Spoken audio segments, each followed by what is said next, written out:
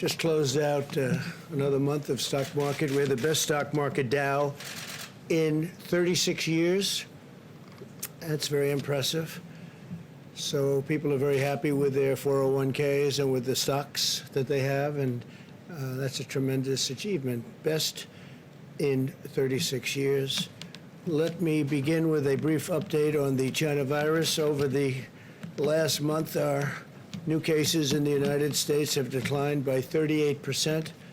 Last week, we announced a breakthrough in testing that will allow us to have over 150 million rapid point-of-care tests.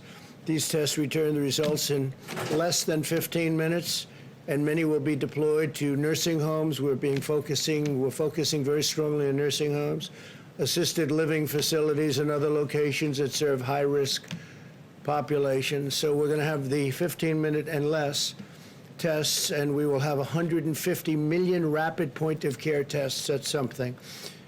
This evening, I'm pleased to announce that AstraZeneca vaccine has reached phase 3 clinical trials, so that's joining another group of vaccines that are very close to the end and hopefully approval. In the United States, we're doing things that nobody thought would have been even possible. This is a process that would have taken, in some cases, years, and we did it in a matter of months. Thanks to the efforts of Operation Warp Speed, we remain on track to deliver a vaccine very rapidly in record time. I also want to provide an update on left-wing political violence that we're seeing in Democrat-run cities. Under my administration, federal law enforcement is working with state and local authorities all over the country to comb through hours of video, track down rioters, looters, and arsonists, and bring them to justice. We've just come up with a report that we've arrested a large number of people. It's over 200, and you'll be hearing about that, but they've been arrested in various cities throughout the United States. We're doing it very low-key, but we're trying to help cities. They are, in all cases, Democrat-run, but we're doing the best we can to help them without really much of a consent. We'd like to have the consent. As an example, in Portland, we could solve that problem in approximately 1 hour, but the mayor refuses, perhaps for political reasons. I don't know why it's good for him to have a city that's falling apart and that's under siege now for 94 days. But really, it's been under siege for years, if you know Portland. So to the mayor, I say, whenever you're ready, let us know. We'll solve your problem of violence. We'll solve your problem of crime. We'll arrest those criminals very rapidly, and you'll be able to have some nice evenings in Portland. The Department of Homeland Security and the Department of Justice are announcing a joint operations center to investigate the violent left-wing civil unrest. And again, in Portland alone, the federal government has already taken care of and arrested 100 rioters. Just in that one city, the wave of violence and destruction that we've seen in recent weeks and months has occurred in cities exclusively controlled and dominated by the Joe Biden party. If you take a look, the top 10 in the country are Democrats. It's Democrat-run cities, and it's a shame, and it can be solved so easy. It can be solved very easily. The violence is fueled by dangerous rhetoric from far-left politicians that demonize our nation and demonize our police. We have to allow our police to do what they're very good at doing. We've taken that power away. They're afraid to lose their pension, their job, their everything. They're afraid to be destroyed. You saw this when left-wing extremists attacked law-abiding citizens attending the Republican National Convention at the White House, including Senator Rand Paul and his wonderful wife, Kelly, what they went through, but other people went through it too. And that was done very systematically. That was done on purpose. They knew we were having the convention, and they wanted to do everything they could to disrupt it. And the good news is the public is very wise to it. They see what's happening, and they're wise to it. And I think they are probably acting accordingly. Left-wing rioters are repeating the same false narrative about America that you hear about. You hear this from people, what they're saying, how they're saying it, the violence. It's terrible. And again, it's Democrat politicians. I don't know that they're spurring it on or they're afraid to stop it. But in any event, we're there to help. We're there to get things under control. What they did on Thursday night at the White House, just outside of the White House, to people that came from all over the world is a disgrace. It's a disgrace. And frankly, the mayor, Democrat mayor, Mayor Bowser, should have done a better job. She did a very poor job. But at the same time, we had the police were very brave. They helped Rand. I guess it started off with 2, and they took a beating, if you can believe this. They really took some heavy hits. 1 went down, but got right up. And 2 others joined them, and they were able to get Rand and Kelly through. But it was a terrible, terrible thing to witness. But other people went through similar, not to the extent in terms of taping. We don't have the tapes as strong, but some people went through, from what I heard, as bad or worse. The violent rioters share Biden's same talking points, and they share his same agenda for our nation.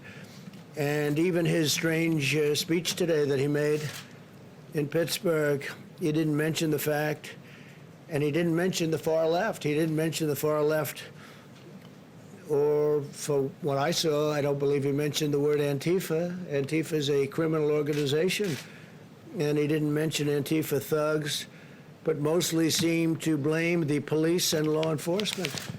He went on point after point after point. He even talked about those on the right, but he didn't talk about those on the left, and those on the left are the problem, and Antifa is the problem. The rioters and Joe Biden have a side. They're both on the side of the radical left, and that is so obvious. And until that neutralizes, you're never going to have safe areas in those Democrat-run areas. For months, Joe Biden has given moral aid and comfort to the vandals, repeating the monstrous lie that these were peaceful protests. They're not peaceful protests. That's anarchy. That's, you look at the agitators, you look at the looters, you look at the rioters. That's not a peaceful protest. They keep using the term. It's so nice, peaceful protest. And behind the reporter, the cities are burning. We could solve it very quickly if they ask us to come in, like we did in Minneapolis, and like we just did in Wisconsin, where I'll be going tomorrow. And at least the governor asked me if I could. I said, you got to get the National Guard, and he finally agreed to even a small number, but they were able to take care of things, and that was about 5 days ago, 6 days ago. And ever since, it's been very good. 13 members of Biden's campaign staff donated to bail and rioters. They're getting him out of jail, looters. They got him out of jail. And his running mate, Kamala, urged their supporters to do the same thing. It's outrageous that they're now seeking to shift the blame for the mayhem. And they really want to put it on the backs of the police. I see it. The police are there. There's just a war on law enforcement in this country, and without law enforcement, we wouldn't have a country. We have very talented people. They're not allowed to do their job. If you give the radical left power, what you're seeing in the Democrat-run cities will be brought to every city in this country. If they have that power, every city in this country could be potentially another Portland or another Chicago where they've had such problems. To defeat them, we must jail lawbreakers, and we must defeat their hateful ideology about this country, about America. We must teach our children that America is an exceptional, free, and just nation worth defending, preserving, and protecting. And that's what we want to do. They want to destroy our country. They're going to destroy our suburbs. But I think I've gone a long way from allowing that to happen. The suburbs are protected, especially with the rule changes that I made. I took them out of the Obama administration. They were going to be made much worse. What we're witnessing today is a result of left-wing indoctrination in our nation's schools and universities. Many young Americans have been fed lies about America being a wicked nation plagued by racism. Indeed, Joe Biden and his party spent their entire convention spreading this hateful and destructive message while refusing to say one word about the violence. They didn't even discuss law enforcement, the police. Those words weren't mentioned. 2 words that were taken out were the words under God, 2 two very important words in the Pledge of Allegiance in their caucus. I guess they did it twice. They took it out of their Pledge of Allegiance. I heard it the one time, and I said, that's strange. That's a big change. I figured they maybe made a mistake. Something happened. No, they didn't make a mistake. Then they did it later on. So they took the word, essentially, they took the word God out of the Pledge of Allegiance. We're not taking the word God out of anything. We're not taking it out of our Pledge of Allegiance, and we're not taking the great word God out of anything. At our convention, we highlighted law enforcement heroes and repeatedly emphasized that violence has no place in American political discourse. The left's war on police, faith, history, and American values is tearing our country apart, which is what they want. They think it's good, but it's gotten out of control. They're unable to control this radical left crazy movement, but we can control it very quickly, very, very quickly indeed. The only path to unity is to rebuild a shared national identity focused on common American values and virtues, of which we have plenty. This includes restoring patriotic education in our nation's schools, where they're trying to change everything that we've learned. What we've learned, in fact, what most of you have learned, they want to change it. They want to change it for whatever reason. Cancel culture, whatever you want to call it. At the same time, we must strictly and fully enforce our law and have no tolerance for anarchy and no tolerance, zero, for violence. Anyone who breaks the law should be arrested, prosecuted, and punished. This includes targeting law enforcement efforts to focus on Antifa, the left-wing domestic terror organization. The mission of Antifa is to spread terror in the U.S. population with the goal of getting Americans to give up to their agenda. This is how terrorist organizations have always operated. Biden won't even say the name Antifa. I don't believe he said it today. He made a speech, and he didn't mention that. He mentioned others, but he didn't mention Antifa. He mentioned law enforcement and mentioned the police, and but he didn't mention Antifa. I wonder why. And if he cannot name the problem, there's no way that he'll solve the problem. You don't name it, you don't solve it. In fact, Biden would give Antifa exactly what it wants, the far left policy agenda it's asking for. And if that happened, we don't have much of a country left. If you give violent extremists what they want, the violence doesn't go away. They gain new power to spread the terror nationwide. Most of our nation is extremely safe, by the way. You know, you only see the bad. You see Portland and Chicago, and you see what's happened in New York just in a very short period of time. It's horrible what's happened in New York. I love New York. I come from New York. And when I see, 4 years ago I left, and I could see that it was problems under this mayor. He's a terrible mayor, one of the worst. I can't say the worst. I mean, I've witnessed Portland. Hard to top him. But he's certainly one of the worst. And when I look at what's happening in New York, and I look at what's happening in the city, and so quickly, it happens so quickly, it's a shame. Biden's strategy is to surrender to the left-wing mob, which is exactly what he's doing. I don't think he even knows what he's doing, and give them control over every lever of power in the United States government. But when you surrender to the mob, you don't get freedom, you get fascism. That's what happens in all cases. You take a look at Venezuela, look what's gone on there, and other places.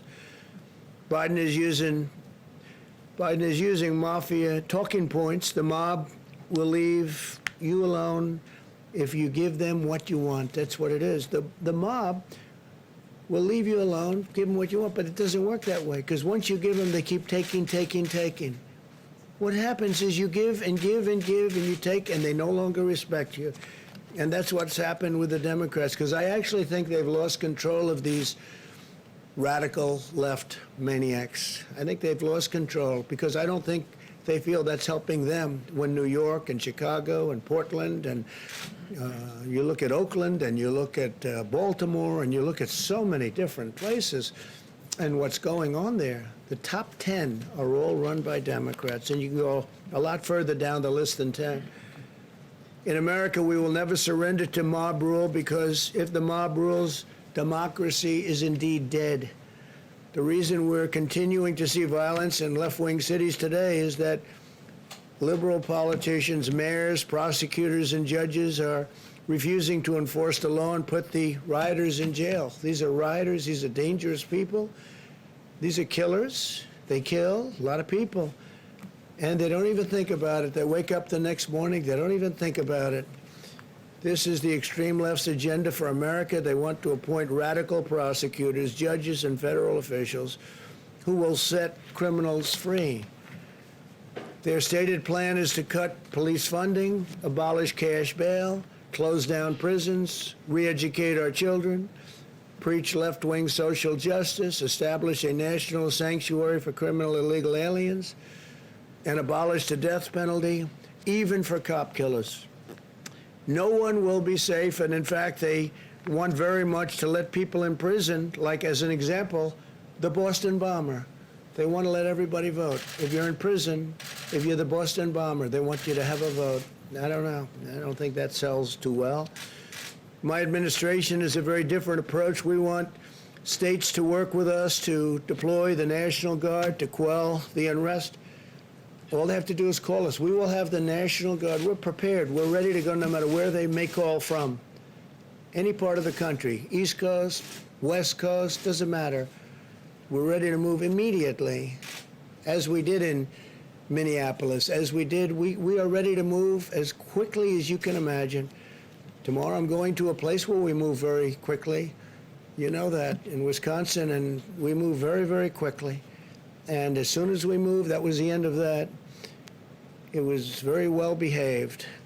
I'll appoint more tough-on-crime prosecutors, support stiffer penalties and longer jail terms for rioters, and support effective policing methods that are proven to be great crime reducers.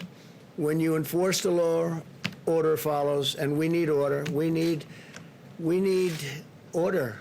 You can't have cities run like these cities are run.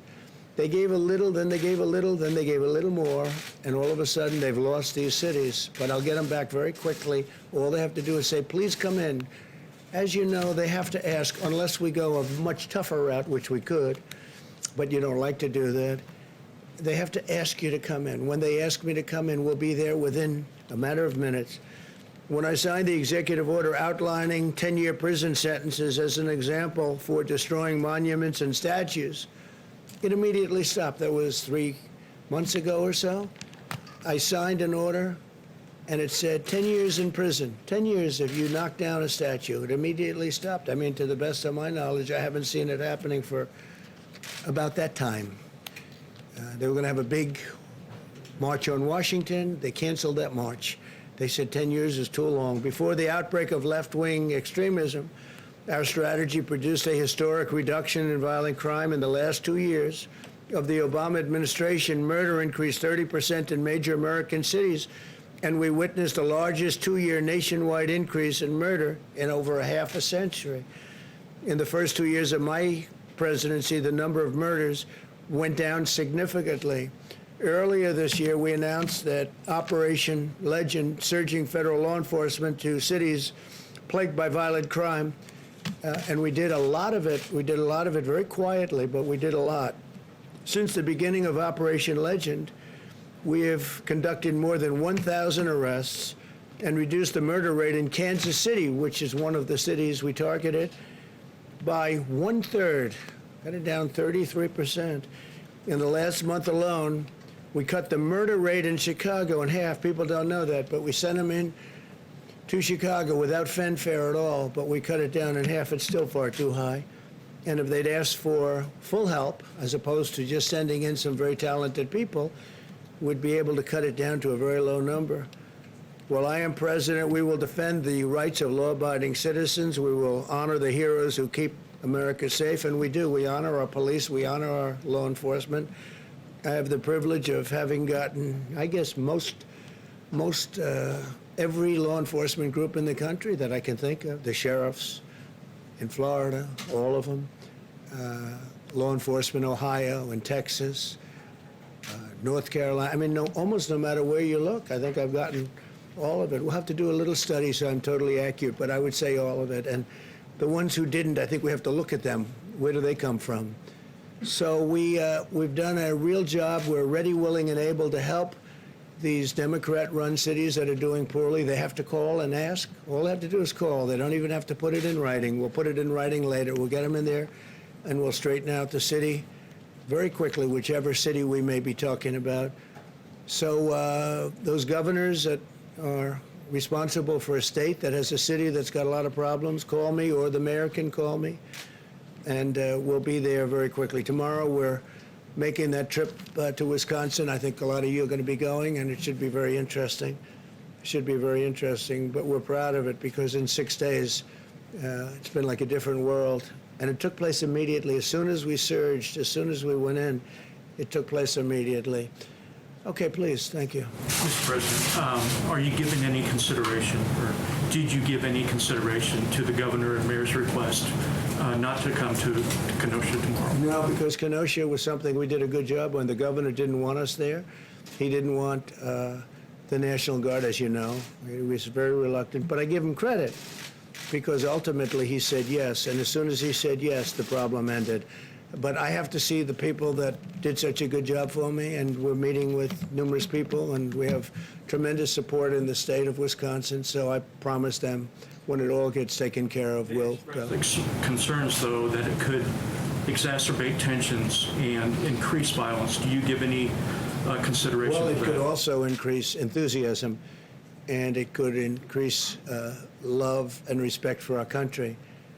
And that's why I'm going, because they did a fantastic job. As soon as I called and told them, let's go, the whole problem stopped. That was, what, 6 days ago? Yeah, Jeff? Mr. President, why are you not meeting with the family of Jacob Blake while you're there? Well, I spoke with the pastor, wonderful man, the family's pastor, and I thought it would be better not to do anything where there are lawyers involved. They wanted me to speak, but they wanted to have lawyers involved, and I thought that was inappropriate, so I didn't do that. But I did speak with the pastor of the family, who's a fine man, a wonderful man, and I think we had a great talk. And I may at some point, do that, but they did have a lawyer that wanted to be on the phone, and I said, no, that's inappropriate, but I just gave my best regards. But again, I spoke with the pastor. Yeah, please. I have a question on coronavirus, but first, you were just criticizing Joe Biden, saying he didn't mention the far left or Antifa during his speech today. You said you wanted to talk about left-wing political violence. Yeah. But I noticed you did not mention that your supporters were also in Portland this weekend, firing paintball guns at people, some form of pepper spray. So do you want to also take this chance to condemn what your supporters did? Well, I understand they had large numbers of people that were supporters, but that was a peaceful protest. And paint is not, and paint is a defensive mechanism. Paint is not bullets. Your supporters, and they are your supporters indeed, shot a young gentleman who, and killed him, not with paint, but with a bullet. And I think it's disgraceful. These people, they protested peacefully. They went in very peacefully. And I'll tell you what they're protesting. They're protesting when they turn on television or read whatever they may be reading, and they see a city like Chicago, where 78 people were shot and 13 died, or a city like New York, where the crime rate has gone through the roof, or a city like Portland, where the entire city is ablaze all the time, and a mayor says, we don't want any help from the federal government. When these people turn that on and they see that, they say, this is not our country. This is not our country. That was a peaceful protest, totally. It was a supporter of yours, Go ahead, Mr. please. President. Yeah, go ahead, please. It was a supporter of yours, Mr. President. Are you going to condemn the action? It was a supporter of yours, Mr. President, who killed someone that is accused of killing two people. It's a supporter of yours. Saying, are you going to condemn the actions of vigilantes like Kyle Rittenhouse? We're looking at all of it. That was an interesting situation. You saw the same tape as I saw, and he was trying to get away from them, I guess, it looks like, and he fell, and then they very violently attacked him, and it was something that we're looking at right now, and it's under investigation, but I guess he was in very big trouble. He would have been, he probably would have been killed, but it's under investigation. Do you think private citizens should be taking guns? I'd like to see law everything? enforcement take care of everything. I think everything should be taken care of, law enforcement. But again, we have to give our cops back, our police back their dignity, the respect. They're very talented people. They're strong. They're tough. They can do the job. But we've taken it away. We don't want to have, when somebody makes a mistake, he chokes. Or in some cases, you have bad cops, so we have to take care of that. In other cases, they choke. they have a quarter of a second to make a decision. And sometimes they make the wrong decision. If they make the wrong decision, if they make the wrong decision in the other direction, they're probably dead. So they choke sometimes. And that goes on the evening news for weeks. And the thousands and tens of thousands of great things they do, nobody covers that. Nobody writes about that. But if they make a mistake, and again, the bad cops, everybody agrees they have to be very tough on bad cops. But sometimes you have a cop or a police person who is a good police person, right? Good. But they choke. The timing, and they go through this, and they study this, and they work on it all the time. They literally have a quarter of a second to make some of these decisions. And they make a wrong decision, and it's very devastating. But I will say this, I honor law enforcement. We wouldn't be here right now if it wasn't for law enforcement. We have to stop this horrible left-wing ideology that seems to be permeating our country. And basically it's weakness. It's weakness on behalf of Democrat politicians. The Republicans, we don't have problems. You take a look at our cities. Our cities are doing very well. They're safe. They're secure. I spent a lot of time in Texas, as you know, just a couple of days ago, and I was with the governor of Texas, Greg Abbott. He was explaining they wouldn't put up with it for a minute. They just don't have the kind of problems that other people have. Thank you very much. I appreciate it. Mr. President, I'd like to finish my question if you could come back, please, since you did not let me finish my question, Mr. President.